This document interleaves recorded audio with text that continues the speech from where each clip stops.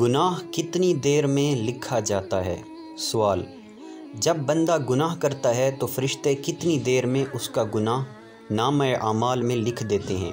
جواب: اگر کوئی بندہ نیکی کا کام کرتا ہے یا معاذ اللہ عز و جل گناہ کر بیٹھتا ہے تو فرشتے اسے نامہ اعمال میں درج کر لیتے ہیں، لیکن اللہ تعالیٰ کی کمال رحمت ہے کہ نیکی تو فوراً لکھ دی جاتی ہے، لیکن گناہ لکھنے میں کچھ تاخیر کی جاتی ہے تاکہ بندہ اس دوران توبہ کر لے۔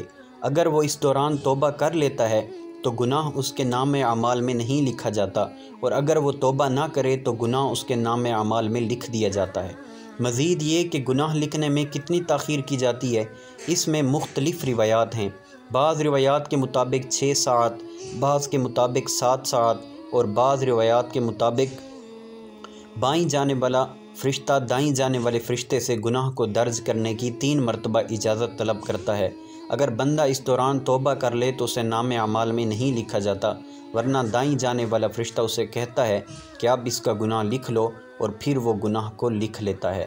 واللہ اعلم عز و جل و رسولہ اعلم، صلی اللہ تعالی علیہ وآلہ وسلم۔